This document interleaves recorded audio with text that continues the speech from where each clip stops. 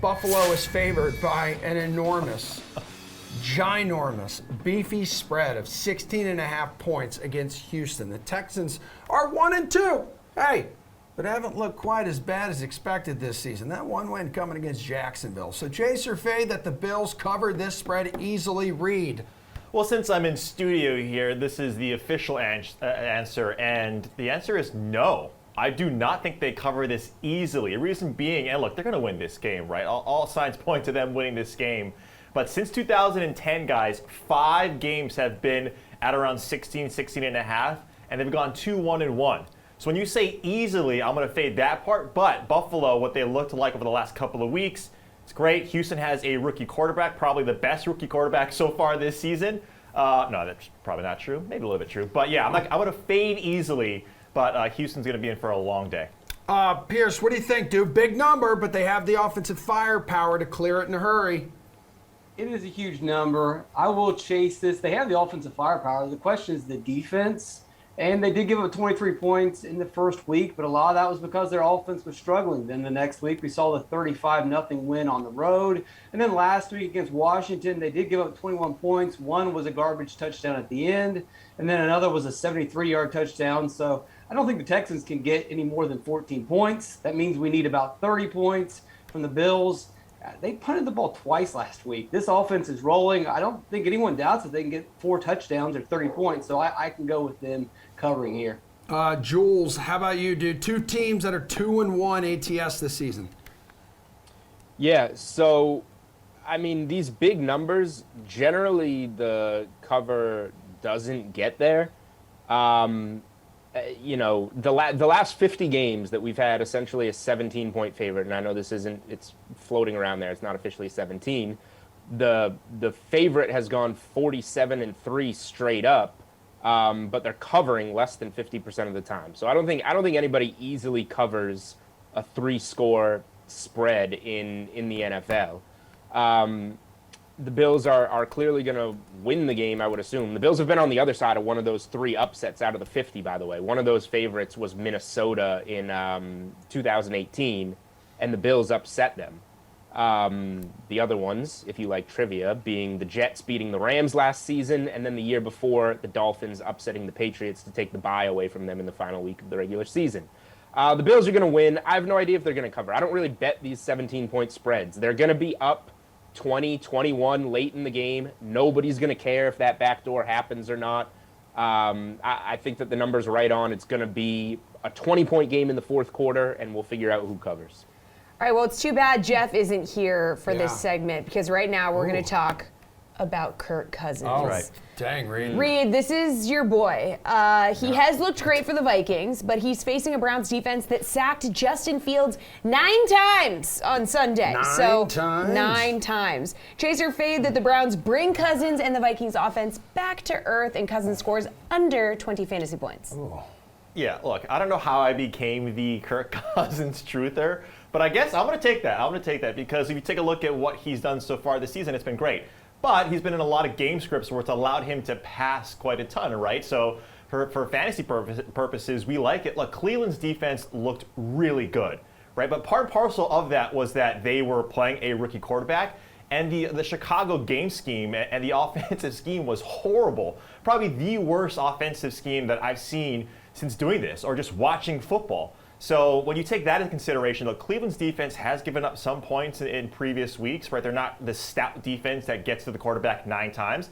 And what we like about Kirk Cousins, that even if he's in a game script where Minnesota is losing or they're down because that defense can't stop a lot of people, I do have this game going over that 53.5 number.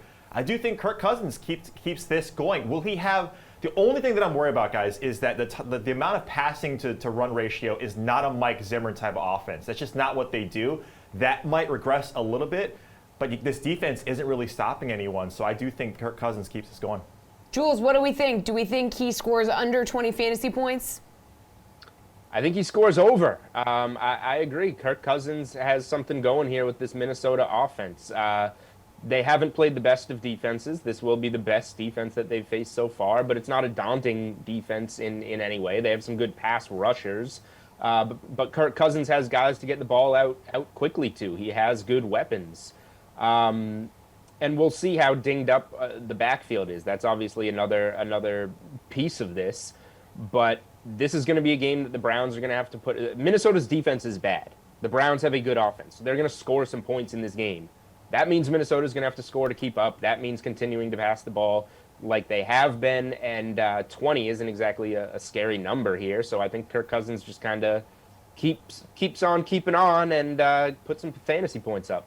Pierce, these guys have a lot of faith in Kirk Cousins. What about you? I do as well, and I'm going to fade that the Browns shut them down. The Browns can play well, and Cousins can still get to 20 fantasy points, but the Browns are not going to play well. Everyone thinks that this is a good defense all of a sudden because they got 9 sacks last week.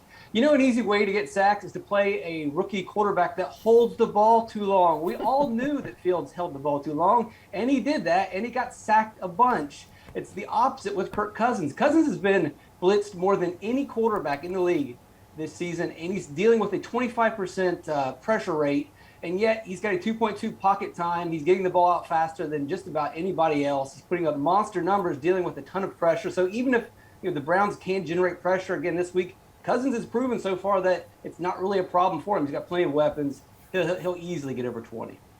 All right, let's go to a game with two teams with a combined 1 victory. The Detroit Lions had one of the most excruciating losses in recent memory on Sunday against Baltimore. So they gave up like a 4th and 19. And then watching Justin Tucker's record-setting 66-yard field goal dink over the goalpost as time expired. They now face a reeling Bears team that doesn't even know who their quarterback will be. Could be any of 3 guys. Chase or fade that this is the week Dan Campbell and the Lions finally get their first win, Pierce. Yeah, I'll chase this. Probably the best way to approach it is to kind of forget about all these narratives going on in the background and just look at the stats, look at the matchups, make your pick accordingly. The Bears' defenses look good. It's probably the only thing that we can have confidence in at all. The offenses in both these teams are struggling. I think the Lions are going a little bit. They're decent. And the Lions' defense should be able to control Fields or Dalton or whomever ends up being the quarterback. Just a lot of question marks on each side of the game. I think in the end, if Fields is out there, then you've got to go with the Lions as bad as he played last week. Okay, Jules, Lions getting 3 points on the road. You like that? Well, Pierce, the Lions might be able to contain Andy Dalton or Justin Fields, but can they contain Nick Folk? Because that's who might be the quarterback in this game. I'll fade this. The look-ahead line here was 5.5, 6. The Bears are coming off just about as poorly as you can look, but it's like Pierce said, it's in a road loss to a rookie starting their first game, who got absolutely walloped. Now they're going to be at home against a very poor Lions team, who kind of almost peaked in what should have been a win over the Ravens. I owe Justin Tucker a beer, by the way. Ravens minus 1.5. Got through all those teaser legs. Thank you very much. I think the Lions just peaked a little bit. They should be coming off a win, and this is where they let down. I still think they're going to let down in a spot against a Bears team that should be better at home. These teams aren't good. Neither of these teams are good. I just think the Bears are a little better. I'm almost hoping that Nick Foles is the quarterback here. I think he might be the best option this week. But yeah, just look at week 2. The Bears were coming off an embarrassing loss to the Rams in week 1. They came home. The Bengals were the hot pick all week, and the Bears got the job done. I think the Bears are going to win this game at home. Okay, Reid, how do you feel about this one, dude? Yeah, I'm going to chase it. The reason being is, selfishly, I want Nagy to be put even more under a microscope after he loses this game, especially if he rolls out Nick Foles, who's been on as many teams as how many times in the last 3 years, and how many times Justin Fields got sacked. So Nick Foles beat Tom Brady last year. Okay, so what's one of these stats because he's beating Tom Brady? This guy has been on 15 teams in 3 years. Nick Foles is not a good quarterback. He's a third string quarterback. If all of us are saying Fields is bad, how is Nick Foles behind Fields then? That's it on Nick Foles, right? But look at this game, right? Chicago's offense was historically bad. 1.1 average yards per play. That's the second lowest in this century, right? When you have 5 on 5 offensive linemen against that 5 defensive line, of course you can drop back all of your defenders, and of course you can play zone, man zone, and of course Justin Fields is not going to be able to throw the ball when 5-on-5 is your scheme the entire game in the offensive and defensive line. But going back to this game, I actually agree with Julian here with that Detroit looking a little bit more bullish in our eyes because they should have won that game straight up over the Ravens. I think this is more of an indictment on the Ravens and how bullish we're feeling about that team as opposed to the Lions maybe playing a little bit above what they have. I'm just going to chase the fact that I want the Lions to win this game, but I also agree with Julian. Okay, obviously, the story that everyone is talking about this week is Tom Brady's return to Foxborough. Oh, yeah. Whew, obviously, TB12 saying all the right things. We know that this is no time to reminisce, but it's time to win a football game. But chase or fade that if given the chance, Brady will look to hang 50 points on the Pats this weekend, Jules. I chase that any quarterback ever starting is trying to hang 50 points in any start that they have. That's the quarterback's job, to score points. Okay, you get it, though, Jules. Like, you get it, what we're don't trying know. to get at. 50s, Can't do that. 50's a lot. The Bucs will go over their team total. The Bucs will cover the spread. The Bucs will win the game. Gronk will catch a touchdown. Antonio Brown will catch a touchdown. Brady will sneak a touchdown in. And any other pettiness that can be squeezed in will be squeezed in. And the camera will zoom in on Bill Belichick looking very sad on the sidelines several times per quarter, particularly as the game rolls on. I talked to Johnny Avello, the director of sportsbook operations at DraftKings Sportsbook on the Unreasonable Odds podcast on Monday. I asked him if the Patriots would be the biggest need of the sportsbook this season.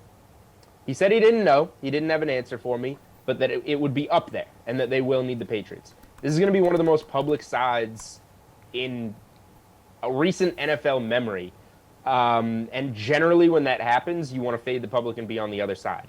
The problem this week with doing that is to be on the other side, you have to be against Tom Brady. And I would rather be against the book than be against Tom Brady.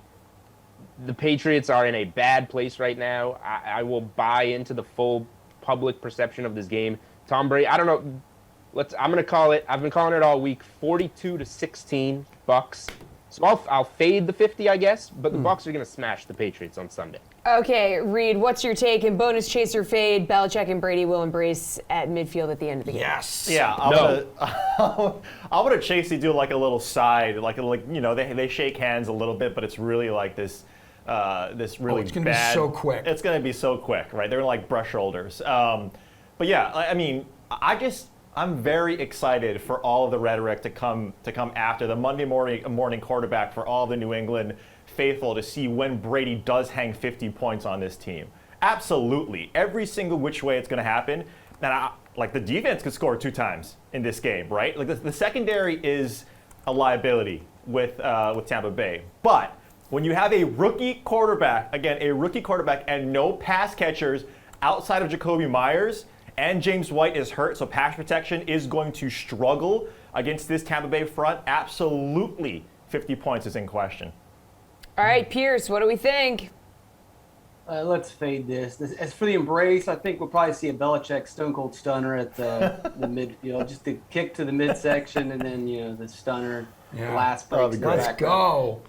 Yeah, beer. I'm going to fade this. One, what about the Patriots narrative of them wanting revenge on Tom Brady possibly? I mean, if we're going to play narratives, why isn't that a thing? But more importantly, the Buccaneers need to run the ball. I've been saying this for weeks. If you've got Tom Brady dropping back 40 to 50 times a game, you're not going to win very many games. He dropped back 55 times last week, and they lost. Yes, he can drop back 60 times and put up a bunch of points, but they've got to get Fournette going. They've got to get Rojo going, or even Keyshawn Vaughn going. They've got to establish a running game for the season, and this is a good spot to do it. Or, they can go out there and just try to have a great revenge game and score a bunch of meaningless points, or maybe, they try to look good and run the ball that helps them in future games. All right, guys, just one more before you take off. Need you to be quick on this one. The banged-up Buccaneers, who we were just talking about, that secondary, getting some reinforcements in the form of a veteran quarterback by the name of Richard Sherman. What kind of boost will he provide Tampa Bay, Reid? He has to get back up to speed, right, a little bit. But yeah, like I mentioned, the secondary has been bad. Ross Cockrell hasn't been great in coverage. He's also been someone who's given up a lot of receptions, but that's not really a position that Sherman plays. This is going to add some veteran depth. This is going to add some stability. But we've seen it, even when Josh Norman coming back with San Francisco, he got hurt right away. I'm not saying it's going to happen the same with a guy like Sherman, but we know what he does. He's a great cornerback when he's healthy, when he's up to speed. So it's going to take some time, but like Pearce was mentioning, this is probably a good game to get things right. Jules, how much do you think he has left in the tank? Bucks rank last in the NFL in passing defense. I have no clue what he has left in the tank, but I think it just shows the desperation of the Buccaneers. If there's a reason that the Bucks don't get past the Rams when those two teams meet again in the NFC Championship game, it's going to be because of this secondary that Tampa has. As for the short term, it's not going to matter because Reid's completely right. The Patriots have no weapons to attack Tampa's only weakness, which is why Tampa's going to throttle New England this weekend. Yeah, Pearce could potentially be available for Sunday's game against the Pats. Veteran cornerback is synonymous for not good anymore cornerback. Wasn't very good last year, 67 PFF grade. I believe that he benefited a lot from that Seattle system. You know, if Tampa's front seven can get going, then yeah, he'll be halfway decent. But other than that, he's too old.